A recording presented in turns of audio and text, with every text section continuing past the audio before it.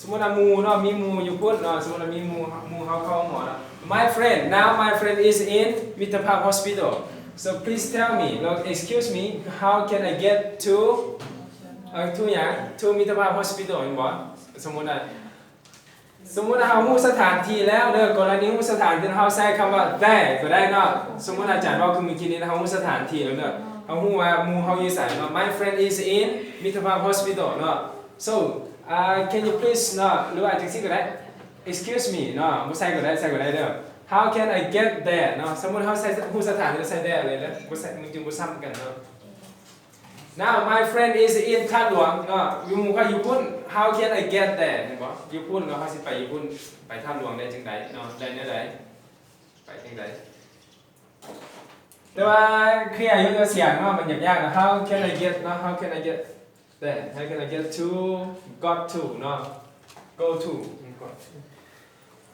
ได้เนาะผ่านได้บ่เคลียร์บ่อยากว่าอีกบ่อยากว่าเปลี่ยนกันเนาะเป็นครูโอเค come in อยากเริ่มไปได้หนึ่งนะมือนะอาทิตย์แรกมาซ่า2 มือรวดแก้ตัวมื้อนี้มาไวนะอาจารย์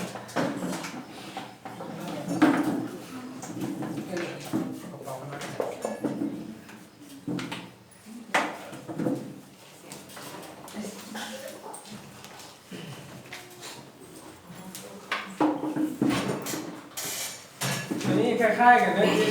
เนี่ยมีแต่ผู้หญิงวายว่ะกระเทยผู้หญิงเนาะโอเค everybody จังซี่เด้อบางทีเฮาเขียนตามเจ้าความหมายคือกันนะผมจะไปเลือกใส่ว่าสิใส่ประโยคตัวใดเด้อเนาะโอเคเนาะสมมุติว่าเฮาโครงสร้างประโยคมันจะต่างกันเด้อกันเขียนเจ้าความหมายเนาะความหมายรวมมันคือกันใส่ตัวใดก็ได้ตัวเลือกนะเขียนตัวเลือกเด้อว่าเฮาถนัดตัวใดใส่ตัวนั้นเนาะโอเค quite the same เนาะตัวนี้คล้ายๆกันเด้อ is this the way to เนาะอันนี้เป็นทางไปอันนี้บ่คือกันเด้อ is this คล้ายๆกับตัว road นะเนาะ is this the way to เมื่อกี้ใส่ this road ย้อนมามันเป็น verb to do อันนี้ verb to be มันต่างกันเนาะแต่ความหมายคือกันนะ is this the way to อันนี้มันทางไปนั่นบ่บัดนี้นะทางไปใส่บัดนี้นะโอเคput our sister at the back โอเค raise นั่นแหละเอาไว้ไงเนาะที่สิถามผู้ใดบัดนี้น่ะลองว่าเบิ่งว่าไปภาคภูมิใจแล้วว่าดังเราผู้ถือก็เป็นอย่างเนาะผู้ถือก็แปลงช่วยกัน is this not the way to เสียงควรเนาะเสียงควรนั่นเขียนจังซี่นะเขียนจังได๋ก็ได้ของเราเขียน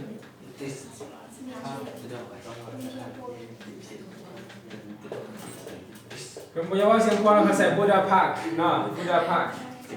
สวนอันนี้นะโอเคสมมุติเอาว่าเนาะเอาไปถามมีคนมาถามว่าIs this the way to เชียงควน or Buddha Park เนาะอันนี้เป็นทางไปเชียงควนบ่เนาะเชียงควนคำแปลนั้นน่ะเชียงควนมีภาษาอังกฤษใส่ Buddha Park เนาะทางไปนั้นบ่ทางไปสวรรค์นรกบ่ใส่ได้บ่ได้เนาะ Is this the way to เชียงควน Park Buddha Park เนาะสไตล์เดียวกันเนาะแต่ว่าต่างโครงสร้างโอเค number 6เอาตัวที่5เด้อตัวที่5นั่นแหละแว่ยังแว่ยังตัวที่6 number 6ตัวที่6แว่ยังแปลว่าสุดเราดิบเนาะ number 6คือว่าเที่ยบอกว่าเรียนเราว่าหาไว้คนรู้เก่งเอาอย่างนี้ปากไหวคนน้องคนเรียนเก่งตัวนี้สิได้ขยายอีกเด้อตัวนี้คันว่ามีจังสิอันกรณีมีเด้อนะพวกเจ้าใส่ก็ได้บ่ใส่ก็ได้แล้วแต่เด้ออาจารย์สิพาเห็นเนาะ where is ใส่เด้อก็ได้บ่ใส่คันว่าบ่ใส่เด้อมันมีกรณีเป็นชื่อเฉพาะเด้อชื่อเฉพาะเนาะชื่อเฉพาะคือท่าหลวงจังซี่ประตูไซมันเป็นชื่อเฉพาะของบ่ใส่แล้วเป็น proper noun เนาะ proper name เนาะตัวนั้นชื่อเฉพาะโอเค where is เราอย่างบ่ได้ please สมมุติใส่ please เลยได้บ่ได้เด้อบ่ได้บ่มี please เราใส่ excuse เด้อ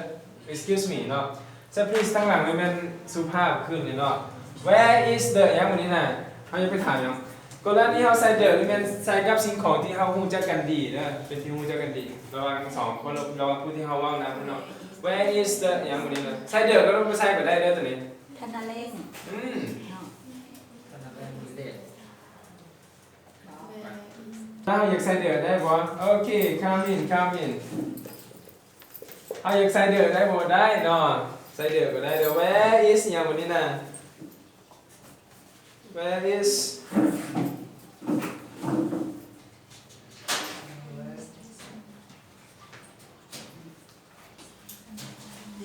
is Batu Sign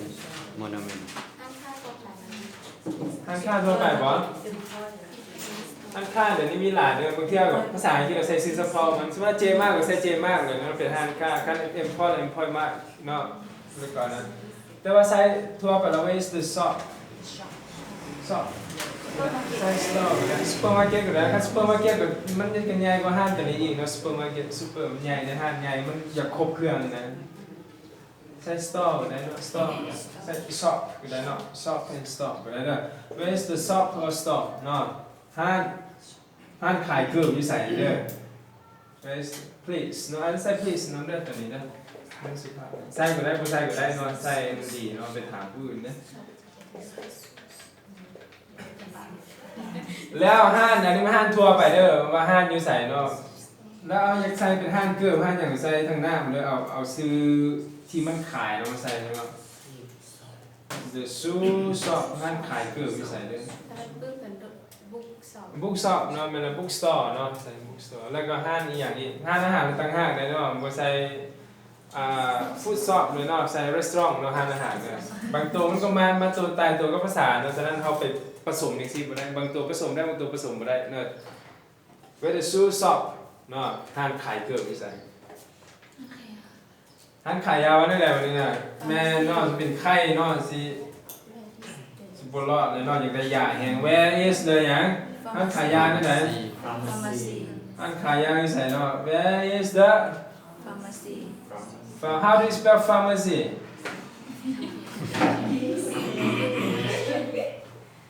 เอาเช็คก่อนเนาะถ้าไม่ใส่ตัวนี้ใส่ drug ก็ได้เด้อ drug หยัง drug store เนาะห้างขายยา where's the pharmacy where's the pharmacy always ขายยา drug บ้า store please ห้างขายยาบ้า ห้างขายยาทั่วไปเด้อ please where's the pharmacy or where's the drug store เนาะ please บอกเนี่ยอยู่ห้างขายยาอยู่ใส่เด้อวิธีการตอบเป็นการตอบตามที่มันอยู่แล้วบอกสถานที่ตัวนี้นะโอเคปัญหามันอยู่ที่เนาะถ้าใส่ r ได้บ่ตัวนี้น่ะอันนี้ใส่ is เดี๋ยวเราใส่ is เป็นยังไงจึงใส่ is ย้อนมาทั้งหลังนี่เด้อทั้งหลังเป็นจำนวนน้อยเนาะสถานที่กับสถานที่บอนเดียวสมมุติว่ามีหลายสิ่งของมันมีหลายสถานที่มันหลายบอนว่าสิว่าได้แบบนี้นะใส่ r ก็ได้ใส่ r เป็นประธานมันต้องเป็น plural subject plural nouns เนาะตัวนี้ where ยังบ่นี้น่ะ where are ได้ตัวทั้งหลังมันนี่นะต้องเป็นจำนวนหลายเนาะตัวอย่างรู้เนี่ย where are โรงหนังอยู่ใส่เนาะ where are ส่วนหลายเขาใส่เป็นจำนวนน้อยเขาใส่เป็นจำนวนหลายกันแล้วแต่กรณีได้ตัวนี้ where are เดี๋ยวอย่างโรงหนังเนาะ where are the theaters in สมมติเราถามว่าห้องหนังเนาะหลายๆบอลนะเขาถามรวมเนาะ where are the theaters in Vientiane เนาะห้องหนังนี่เรายังจัดนี่อยู่ใส่ในเด้อตัวนี้เด้อเขาบ่ใส่แบบนี้ where are the theaters บ่ใส่สถานที่แบบนี้ก็ได้ where are the theaters เอาถามเป็นจำนวนหลายเนาะได้เหมือนกันห้องหนังอยู่ใส่ในเนาะมีห้องหนังสมมติเราถามรวมเลยเนาะถามมันมีหลายบอลสมมติเราได้ยินมาหลายบอลเราถาม where are the theatersคันมันถามเป็นจำนวนหลายคันมีหลายบอลก็ต้องบอกเป็นรายย่อยไปเนาะถ้าพี่ห้องหนังตัวนี้บอกซื้อมันเด้อโอเคครับมีบอกซื้อว่าสมมติว่าห้องหนังอย่างห้องหนังใกล้ๆในห้องหนังซื้ออย่างก็ซิตี้อย่างซิตี้เพล็กซ์บ่เขียนติดบ่จันบ่แน่ใจเด้อชื่อมันซิตี้เพล็กซ์โอเค แล้วผู้คิดเกียรในหนองเนาะแล้วเราช่วยได้แล้วที่ไร คุณวานน้องแล้วทำแล้วที่สำคัญ ห้องหนังใส่ไอ้เต้เขียนได้แล้วเขียนจังซี่บ่มีตัวย่อมาได้ไอ้เต้ย่อจะใส่วัน IT AC สี่เนาะ น้องพญาไป มีตัวย่อได้เด็กเทียเตอร์เนาะ người ta là thông เขียนเป็นเทียนอย่างนั้น เทียนมาเจอ ไปมาเจอไป โอเคเบิ่งเด้อสมมุติเอามันถามหลายเนาะกรณีมันถามหลายถามรวมเนาะ where are the theaters please ห้องหนังใส่ถามแล้วเขาก็มีห้องหนังหลายเพิ่นก็บอกทีละบ่อนเนาะเขาCineplex theater is เนาะอยู่ไสแล้วก็ iTech theater เนาะห้องหนังอยู่ใน iTech เวียนเทียนเซ็นเตอร์ theater เนาะเนี่ยแต่ละบ่อนมันบอกสถานที่ไปดูว่าว่าคือเมื่อกี้เนาะคล้ายๆมันคือ where หยัง where are หยัง เชีย อันนี้ไม่ใช่เป็น pronoun ก็ได้เราใช้เป็นคำแทนนามก็ได้เราแวare you เนาะง่ายเราจะอยู่ใส่เนาะได้กันอาจารย์เพชรสอนเลยเนาะ where are you ก็ได้เนาะ where are they เขาเจ้าอยู่ใส่เนาะ where are we เขาอยู่ใส่ก็ได้ที่กันเด้อสำหรับ where are you เนาะเสร็จแล้วใส่เนาะ you they เนาะ and we อันนี้เขาขยายออกมาจากต้นเลยเนาะอยู่ใส่เนาะพวกเขาอยู่ใส่เขาเจ้าอยู่ใส่หรือว่าพวกเจ้าอยู่ใส่เนาะเจ้าอยู่ใส่ where are you where are they and where are we ใส่ได้เนาะตัวนี้เนาะหรือว่าเพิ่มเฮามีรถจักรหลายคันเนาะเอาทางเบิดนี่สมมุติว่าเฮาไปแล้วเขาเจ้าย้ายบอลให้เฮาเนาะย้ายไปไว้บนอยู่คอกเนาะ where are รถของเฮาไปใส่แล้วสมมุติว่าหลายคัน where are bikes เนาะใส่ motorbike ใส่ bike ใส่อะไรกันเลยนะรถพอไปใส่แล้วอยู่ใส่เนาะ where are bikes เนาะไปถามรปภเนาะว่าอย่างก่อน where is not แต่ว่าไม่ได้ where are เราไม่ใช่อย่างวันนี้นะ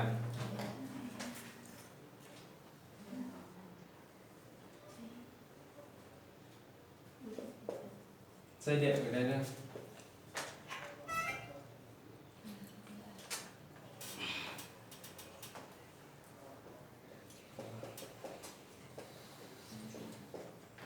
ให้อยู่ไกลเนี่ยไอเฮ็ดน้องคือนี่นะไอเฮ็ดน้องประมาณ6 โมงทางน้องมาจากตลาดบ่ 6 โมง 6 โมง7 โมงน้องไปซื้อเครื่อง โอเคเอาเบิ่งตัวนี้เฮาใส่ย้อนอย่างเนาะ where are the antique ด้วยนี่ antique shops โอเคแปลว่าอย่างวันนี้นะ ไอที่ ตัวนี้ก็หมายว่าห้างขายของเก่าเนาะของเก่าของแก่นะฝรั่งมันก็อยู่ใส่เด้อ ตลาด ก็หมายว่าตัวนี้แม่นเฮาถามหลายห้างเนาะหลายห้างโอเคสมมุติอยู่ใกล้แถวนี้มันมีห้างไหนเราจึงบอกไปเนาะสมมุติว่า where are the antique shops โอเคส่วนเราอยู่ในนครหลวงนี่เนาะอยู่แถวเฮาอยู่นี่มีห้างไหนก็บอกไปบอกเป็นวงก็ได้อันนั้นเนาะ where are the antique shops เฮาใส่ย้อนว่ามันมีหลายห้างเด้อาจารย์บอกเนาะตัวนี้มีหลายห้างหรือว่า where are you นะเมื่อกี้เนาะประธานจำนวน where are you where แต่ว่าสำนวนตัวนี้ส่วนหลายใช้เป็นจำนวนน้อยเนาะว่าสถานีรถสถานีตำรวจแบบนี้นะว่านี่แหละฝรั่งช่วงนี้กระเป๋าเงินเสียเนาะ where ส่วนเราไปต่างประเทศนี่นะคุณสังเก โพ ต ลิสสเตชัน สมมติว่าเราไปต่างประเทศกระเป๋าเงินเสียอยากหู้ทางไปวันนี้นะสิว่าได้แต่วันนี้นะสมมติเราอยากไปถามคนอื่นเจ้ามาว่าสถานีตำรวจอยู่ไสเนาะว่าได้ไหน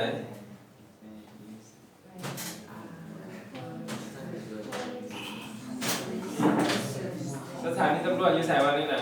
บอกว่าแน่แล้วสถานีตำรวจอยู่ไสวันนี้นะก็เห็นกระเป๋าเงินเสียเนาะกระเป๋าเงินเสียแล้วพยายามแจ้งความไปหาตำรวจเนาะว่าได้ไหน มันไกล ห้องไปผมมั่นใจเนาะอาจารย์เดี๋ยวเฮ็ดทำท่าสีบ่ถึกเนาะ Where's the ยัง the police เนาะสองสระเด้อทำอันที่จริงเนาะ police เนาะ Where's the police ยัง police station สถานีตำรวจอยู่ไสเนาะ Where's the police station I lost my wallet กระเป๋ามันไปเสียตำรวจอยู่ไสเนาะสถานีตำรวจอยู่ไส Where's the police station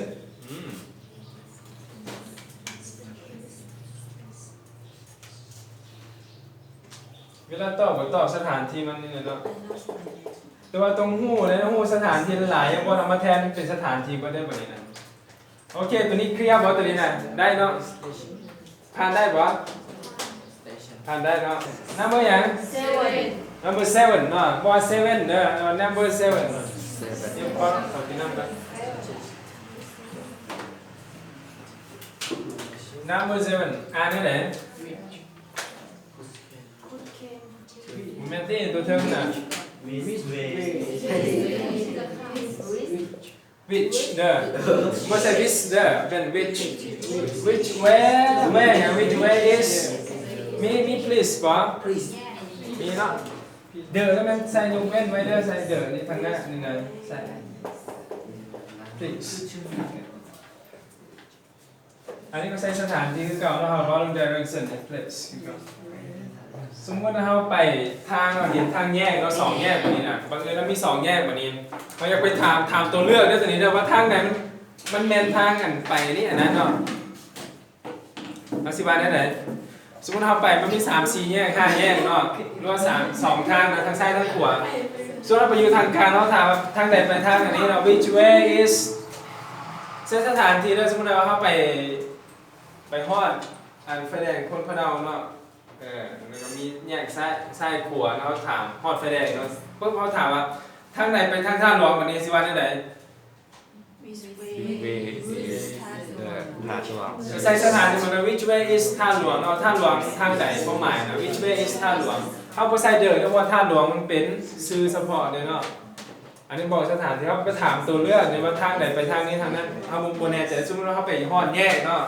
มั่วสิแล้วนะไปฮอดฮอมนะประมาณทางไหนเนาะ which way is เนี่ยสถานที่ใหม่รุ่มที่นี่เว้าหลายแล้วตัวเก่า ใช่บ้านก็ได้ดิ ใส่บ้านก็ได้เนาะ which way which way is ผู้ใดจะให้กับแพ้ไปบอกเลยเนาะแปลว่าชาวลาวเป็นแปลเนาะ which way is แปลหน่อยเวลาลงมา waterfall น้ำพุน้ำตก มอนนั่นคือการตัวมึง น้ำพุว่าได้ไหนน้ำพุน้ำพุนี่ก็สิบ่มีแล้วเนาะไปเห็นอย่างอื่นแล้วเนาะ มิดแล้วในเดือน morning มาทางไหนไปทางตลาดเช้าเนาะสมมุติว่าฮอดประตูไซด์นะเลี้ยวซ้ายเลี้ยวขวาเนาะwhich way is morning market เนาะน้ำพุภาษาอังกฤษว่าได้น้ำพุ waterpool waterfall แล้วเป็น waterfall แล้วเป็นอะไรน้ำตกตาดได้น้ำตกเนาะน้ำพุว่าได้ไหน น้ำคูฟาวเทน น้ำพุว่าได้ไหนมันอยู่เวียงบ่มีเราบ่อยากเฮียนมันเลยเนาะ fountain เด้อตัวนี้เด้อลองเช็คว่ามีตัวดีบ่ตัวนี้ number 8เด้อไม่ใช่ number 8เนาะ number 8 number ไข่เนาะ number 8มาได้ไหนอ่านเนาะ read number 8 พูดโอเคยู โอเคคูดก็ได้แค่ก็ได้เอาต่างกันบ่สองอันนี้ต่างกันบ่ ตา โอเคอาจารย์ก็สอนเลยได้ต่างกันบ่ตัวนี้ต่างเนาะต่างกันบ่ต่างหลายเนาะคันว่าอยากสุภาพขึ้นแค่นึงก็สุภาพอยู่แต่ว่าคันว่าสุภาพหลายขึ้นใส่คูดเด้อโอเคตัวเราวิเคราะห์บนรูปประโยคแต่นั้นเป็นประโยคอย่างประโยคขอห้องบ่ประโยคอนุญาตบ่ประโยคบอกความสามารถบ่สลับเป็นประโยคขอห้องเนาะพอเป็นขอห้องให้ผู้อื่นเฮ็ดได้คูดor can or could หยังคูดor can อยู่เอาไปถามใส่อยู่หยัง Could you tell me tell what tell me tell me how to get to dot how to get to โอเค get นั้นใส่ go ก็ได้เด้อคือตัวเก่าละ Can or could you tell me how to get to ดอทมันบ่แล้วใส่ please บ่โอเคสุภาพหลายเนาะตัวนี้ please โอเค could or can you tell me how to get to สถานที่คือเก่าเด้อนี่ place เนาะสถานที่โอเค can or could ว่าตัวใดตัวหนึ่งแล้วนะบ่ว่าทั้งสองเลยเนาะ you can choose one of this เลือกเอาตัวใดตัวหนึ่งเท่านั้นเด้อตัวนั้นเด้อ can or could you tell me how to ใส่ how ในที่นี้บ่ได้แปลว่าแนวใดเด้อโอเคสิไป how อหยังบอกให้แนวทางไปหยังไปนี่ไปนั่นเนาะ how can or could you tell me how to get to โอเคเอาลองว่ามึงดูวันนี้ไปสิว่าวันนี้นะไม่ได้อันไหนโอเค could you read for me please number 9เอาตัวที่6วันนี้นะมาจังได๋ตัวที่6วงอ่านมึงดูอยู่ทางท้ายนะน้องอ่านคนที่8วันนี้นะคุดหยังคุดหยังคุดโอเค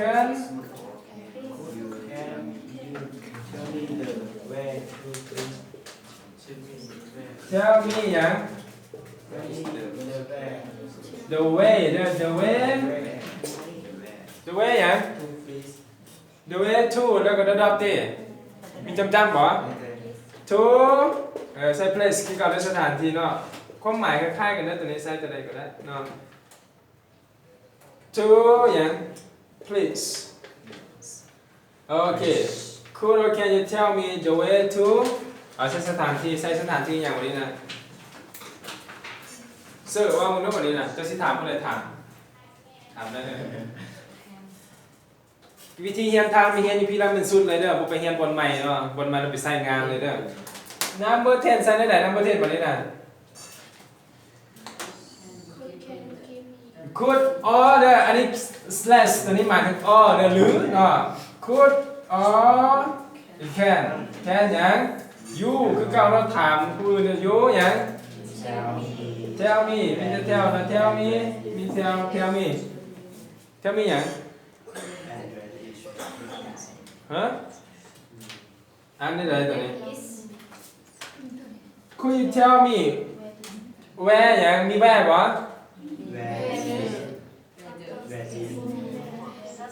Could you tell me โอ้อ่านหลายคนยากเนาะสิไปบอกคนอ่านโอเคเอาคือข้างหน้าอ่านรู้วันนี้หน่อย Could you tell me อย่างต่อไป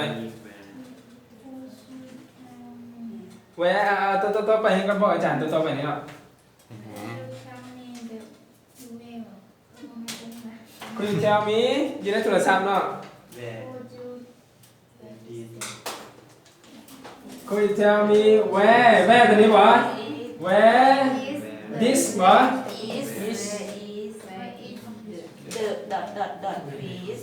where is the นี้ยกเว้นเด้อเอาใส่วงเล็บไว้เนาะside place คือเก่าหลายเนาะถามได้เลย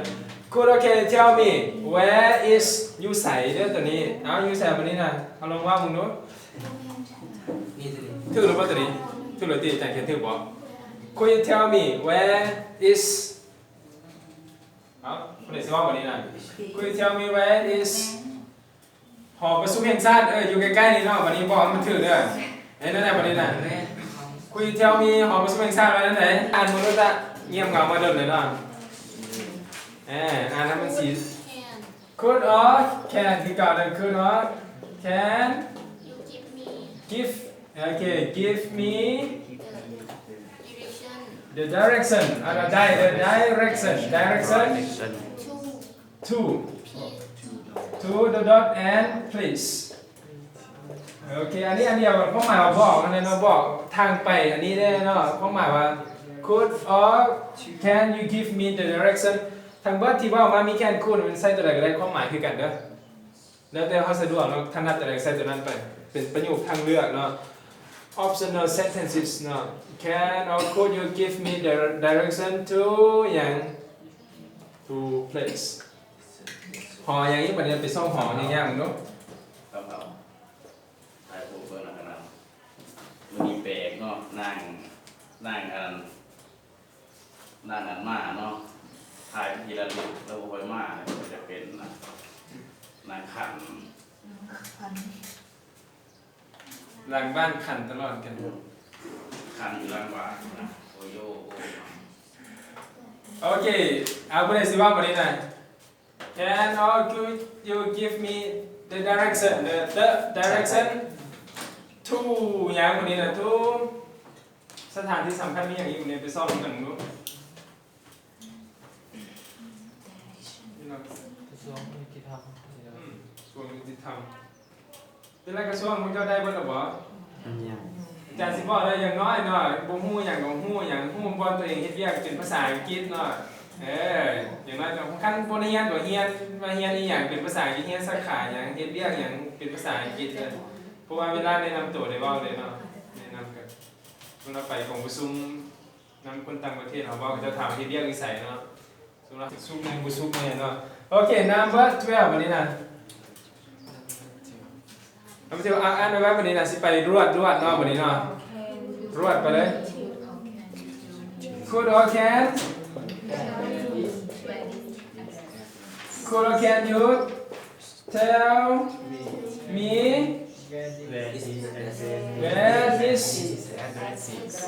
where this at add หยัง address address เด้อ address is บ่ is อันนี้บ่มีดอทๆเนาะบ่มีติส่วนหลายคันถามแบบนี้ว่าส่วนหลายเขาจับเป็นแผนที่อหย่างมาถามเฮาเด้อว่าบอกเลยว่า TU ตัวนี้มันอยู่ไสเด้อส่วนหลายเขาจับเป็นแผนที่มาถามเฮาน่ะลักษณะการถามแบบนี้เด้อ Could you tell me where this address is บอกแน่เนาะมี please บ่มีบ่ใส่ก็ได้เด้อบ่ใส่ก็ได้ว่าวันยูตัวนี้นะที่ยูนี่ยูใส่เด้อส่วนหลายเขามาถามเป็นข้อมูลที่เป็นรูปภาพอีหยังมาถามเอาข้อมูลอีหยังมาถามว่าที่ยูตัวนี้ยูใส่เนาะ Could you tell me where this address is Okay next one number 13บัดวะบัดวะมีแค่กับคุดบ่เลยติ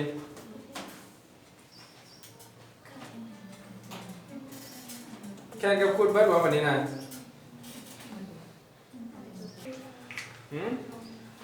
ยูลุมนี่เด้อาจารย์เขียนให้แล้ว Help me please I'm หยัง I'm lost โอเคอันนี้หลงทางนะ I am เป็น am lost แปลว่าหลงทางแล้วมันค่อยเสียเลยเนาะอยู่ที่นี่มันเป็นสำนวนเด้ออันนี้แปลว่าเสียเนาะอันนี้ค่อยเนี่ยมันค่อยเสียเนาะอันนี้ค่อยหลงทางไปทั่วที่มันก็หลงเนาะบ่เมาก็หลงเนาะบ่ฮู้ทางเนี่ยคำภาษาไทย I get หยัง I get lost ก็ได้เด้อก็หลงทางเนาะตัวนี้ Help me please เนาะฝรั่งมาหลายคนเนาะ Help me please I'm lost or I get lost หรือว่าเฮาสิเว้าอีกประโยคนึงเนาะเวลาเฮาหลงทางมาได้ไหน Where อย่างนี้นั่น Where อย่างทางลุงของประโยคตัวนี้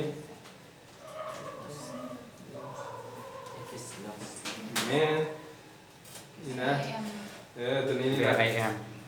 Where อย่าง Where ก็ am I มีคูดเนาะทางหน้าเดี๋ยวคูดใส่แข้งก็ได้ใส่คูดในสุภาพเนาะแค่คูดอยู่ Tell me where I am คือจะมี where I am เนาะเวลาหลงทางเราว่าประโยคแบบนี้เด้อว่าประโยคแบบนี้เราเวลาหลงทางย้ายมือสวยเนาะโอเค I'm lost I get lost หรือว่า could you tell me where I am เนาะบอกเขาได้ว่าเขาอยู่ใส่เด้อหลงทางเนาะหรือว่าไปเที่ยวต่างประเทศต้องจะมีโอกาสหลงคือกันโอเคตัวรูปนี้อาจารย์ก็เขียนเลยเนี่ยมันเป็นประโยคนะซึ่งเราประโยควันนี้นะ